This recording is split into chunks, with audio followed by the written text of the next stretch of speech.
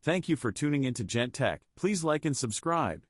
Today I would like to show you an introduction guide on how to use the Windows Update window and how to utilize Group Policy Update in Windows 11. If you have any questions, please leave a comment and I will respond.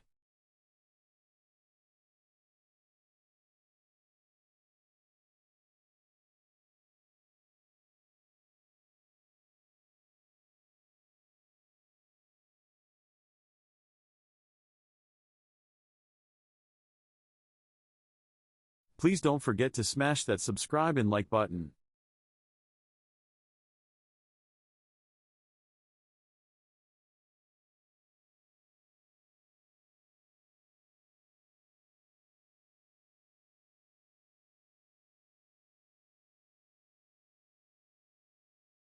After updating policy, you could slow type in the command prompt gp result /r. This will show you what policies are being applied to your PC on your company's network.